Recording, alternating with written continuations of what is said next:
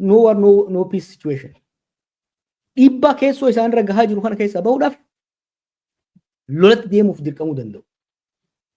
Kanarraa kaanee wanni ilaaluu dandeenyu haalli amma wal dura dhaabbannaa kun yeroo gabaabaa keessatti gara lolaa deemuudhaaf carraa inni qabu guddaa akka ta'e hedduu barbaachisaadha. Sadaffaan immoo warri guuza bahu lola kana barbaadu.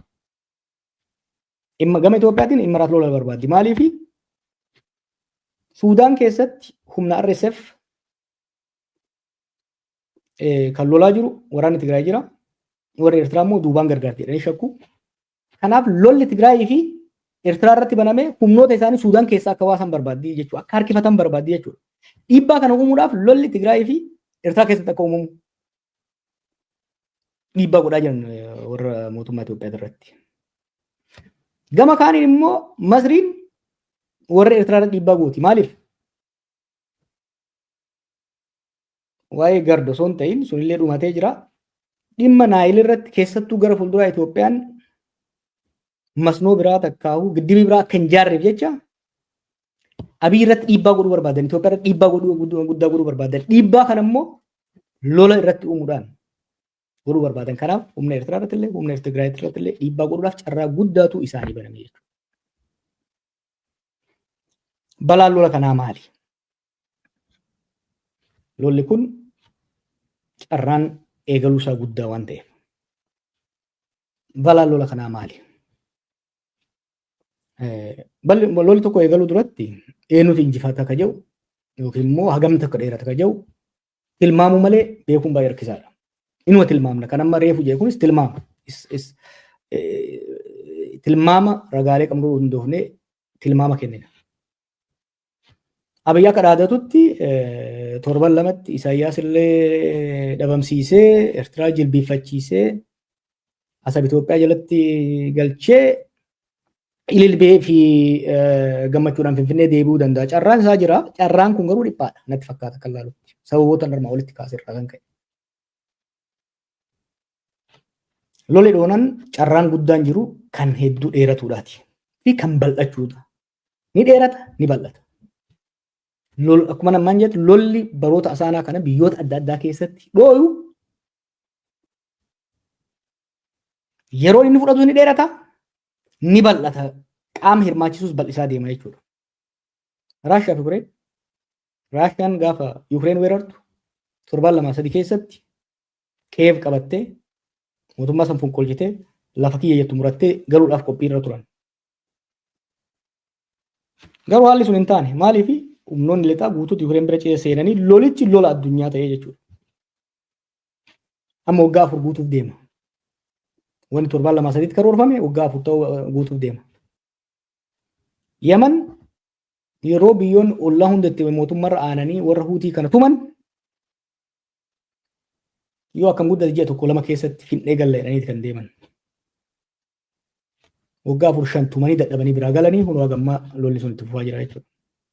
Biyyuma keenyatti yoo fudhanne Tigraay torbaan lama keessatti injifanneerra jedhee Abiy Maqalee dhaqee biyya adatanii suuraa inni yuunifoormii waraanaa uffatee dhaqee san booda lolli sun itti fufee waggaa lama dhumaatiin sun hundi gahee yeroodhaaf illee taatu lolli sun jaarsummaadhaan adda dhaabatee amma dhoowuudhaaf deema jechuudha. Kanaaf lolli carraan dheerachuu amma fa'a guuzni biyya keessattis guuzni biyyoota ollaattis kan addunyaattis waan hammaatuuf lolli Eertiraa fi Itoophiyaa jidduu godhamu carraan dheerachuu isaa guddoo akka ta'e hubachuun barbaachisaadha.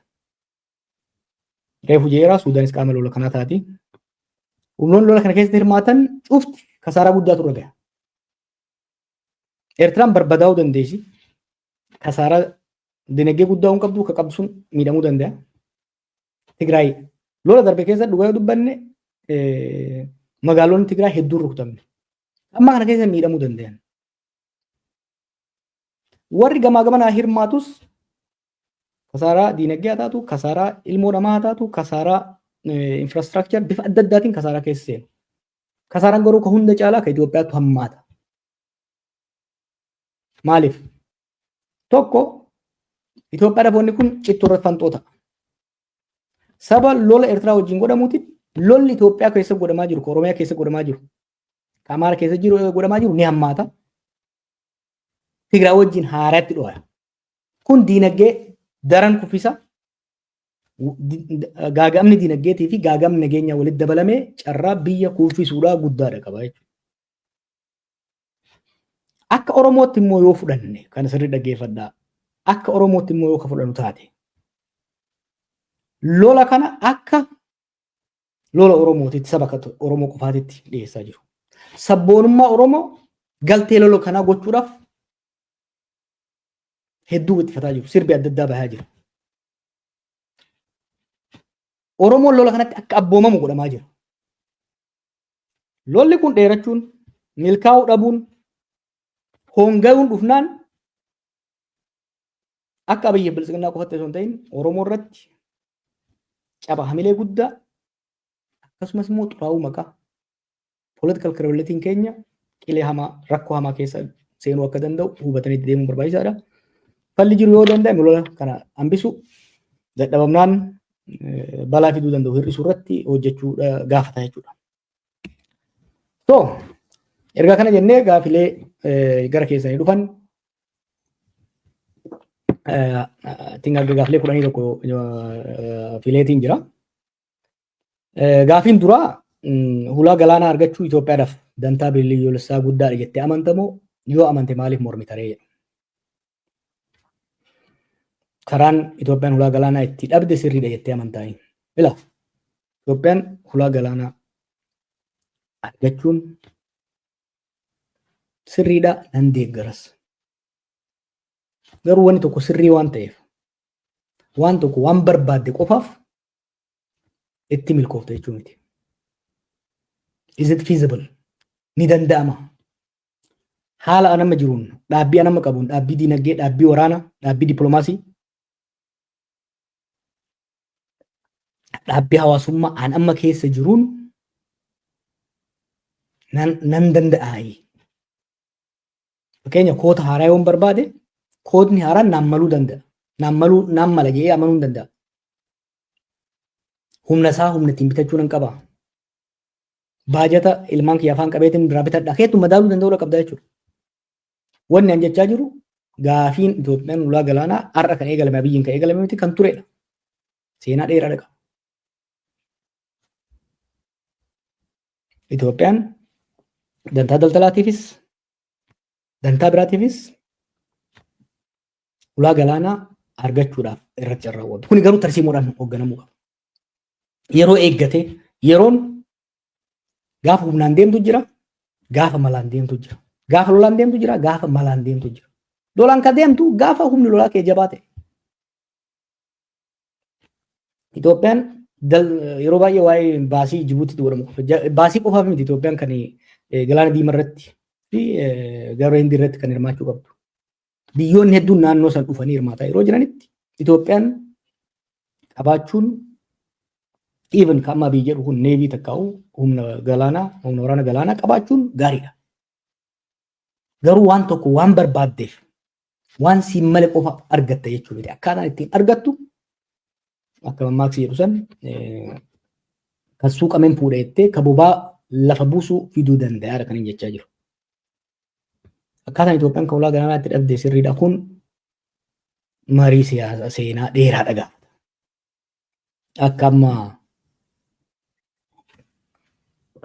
Akka ammaa bifaa jedhanitti mallasaan fa'aa lafumaa ka'anii muraniin kennine. Seenaa dheeraa lola waggaa 30 ilmaan biyyattii murru godhe. San booda waan dhufeedha. Yoo carraan seeraan mormatanii deemuu jiraate sun karaa ittiin deemamuu qabutu jira. Yoo karaan dippiloomaasiin danda'amu taate gara hin deemamuu qaba. Suni garuu tarsiimoo itti yaadanii xiinxala bal'aa godhanii yeroo fudhatanii malee osoo ittiin qophaa'in dhaadachuudhaa fi ulee mirmirsuudhaan waan dhufuu miti jechuudha. Gaafiin lammaffaa yoo Shaabiyaa TPLF fi faannoon waliin ta'anii mootummaa kana waraanan akka uummataatti uummanni Oromoo maal gochuu qaba? Oboon hoo yoo jarri kun deebi'anii kan Finfinnee qabatan taate hireen Oromoo maal ta'a jettee yaadda? Oromoon abbaa biyyummaa isaa goonfatee nagaan Oromiyaa fi Itoophiyaa keessa ni jiraata jettee yaadda? Kun gaafii guddaadha. Gaafii guddaadha. Ni ta'a hin ta'u maal taana kan jedhu kanarratti barreeffama dheeraa qopheessaan jira. barreeffama akka kanaa dheeraa marii bal'aa kun gaafii akkam barbaachisaadha gaafii mataa Oromoo hunda keessa jiru akka ta'e nan beeka.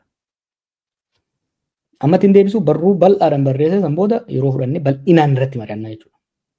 Gaafii akkam barbaachisa gaafii namuu itti yaaduu qabu gaafii Itoophiyaadhaafis Oromoodhaafis konsikwensii guddaa qabu waan ta'eef tuttuqee bira darbuun barbaadu garuu akka gaafiitti isin mataa keessa kaa'adhaa irratti barreessaan jira. Guyyoota muraasa booda maxxansee san booda bifa kanaan irratti mari'anna. Gaafiin sadaffaa Ijipti hanga yoomii nu sodaachisaa diina keenya hunda nurratti hidhachiisaa jiraatti. Nuti waan ittiin sodaachifnu harkaa qabna moo sodaachisuuf ni sodaanna kan jedhu. Ijipti wajjin wal dhibdee dantaa qabna. Fundamental conflict of interest qabna. Isaan bishaan Abbayyaa irratti olaantummaan deemuu barbaadan, bishaan kan akka nu fayyadamu barbaadan, kana nu dadhabsiisuudhaaf akka nuti mirga bishaan sana irraa qabnu hin fayyadamneef tooftaa sadii fayyadaman. Bara dardara ta'e irraa kaaseen barreessaa ture bara 2009 jechuun waggaa 14 irraa kaasee barreessaa ture. Tarsiimoo sadii fayyadaman. Tokko jeequmsa keessoo Itoophiyaatti eegalu keessatti wal waraansa keessoo Oromiyaa Itoophiyaa keessa jiru hammeessuu tokko. Itoophiyaa fi biyyoota ollaa isii walitti buusu yookiin immoo walitti buusa bu'an walitti buusan hammeessuu. Sadaffaa hawaasni addunyaa jaarmaaleen addunyaa biyyoonni addunyaa humna qaban gama diinagdeetiin akka nu gargaarre gama dippiloomaasiitiin nu moggeessuu nu dadhabsiisudha. Sadeen kana keessaa lama nutu ofitti bana. Lola keessoo dirreen siyaasaa dhiphatee namni gaafii siyaasaa isaa qawweedhaan kaasuun deemuu isaatitu Ijiptiif carraa kenna. Waan tokko waliin sabnu. Humni riphee lolaa ta'ee qawwee kaase tokko dhiheessii isa barbaachisa. Haga fedhe Jawaar asirraa lallabee abaareef humni riphee lolaa ta'e tokko dhiheessii meeshaa isa barbaachisu tokko fudhachuun isaan oolamu. Sheexanni illee of deef inni fudhata. Bara Haayila Sillaasee irraa kaase riphee loltoonni Itoophiyaa keessatti dhalatan gargaaramaa turan. Baandaa hattuu jechaan ooluu dandeenya. Garuu Finfinnee irraa akka inni hin jiraanne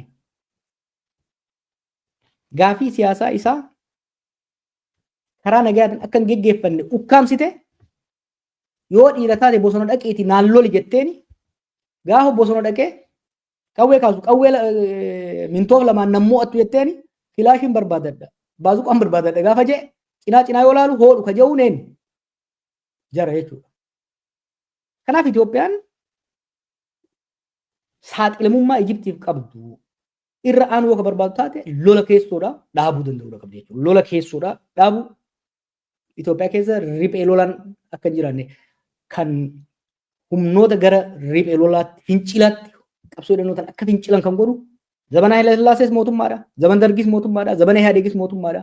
Zabana Biltsiginnaa kanas mootummaadha jechuudha. Kanaaf falli jiru biyya dimokiraatessuu sirna garaagarummaan siyaasaadha. Xarapheezaa gubbaatti xumuramu ijaaruun barbaachisaa ta'a jechuudha. Kana kan nu barbaachisu. Biyya ollaa wajjin biyyoota ollaa wajjin hariiroon nu qabnu hariiroo doorsisuudha, hariiroo moggeessuudha. Dhugaa dubbanne yeroo baay'ee biyyoota ollatti siyaasa keessootii jecha biyyoota ollaa wajjin walitti bu'uutu jira jechuudha. Kanarraa akka ka'e biyyoota ollaa wajjin dippiloomaasiidhaan bifa wal hubannaatiin deemu. Amma dhimma Eertiraa kana yoo fudhanne bara 2018 Abiy araara buuse biyya keessatti biyyoota lamaan keessatti illee jaalatame addunyaa irratti illee noobeeliin kenname. Garuu gaafuma wayiwaataa ture maal jenne hariiroon biyyoota lamaanii kuni hariiroo namoota lamaa yookiin paartii lamaa ta'uu qabu. Hariiroo biyyoolessummaa qabu kan waliigaltee barreeffamaan jiru akka biyyatti walii mallatteessine mallattoon sun immoo qabxiilee waliigaltee sun immoo uummata Itoophiyaatiifis uummata Eertiraatiifis uummata addunyaatiif ifa ta'e ta'uu qaba jennee ogaa jennu isin maal beeytan jedhama. Yengad waan ajaa'iba keessa Abiy paarlaamaa irratti maal jedha? Eertiraan walabummaa kan kenne xalayaa tokko nagarre, xalayaa kaabinee nagarre, xalayaa mana maree nagarre. Araara isaa fi Isaayyaas jidduu maal irratti akka araaraman booda hoo maal irratti akka wal dhaban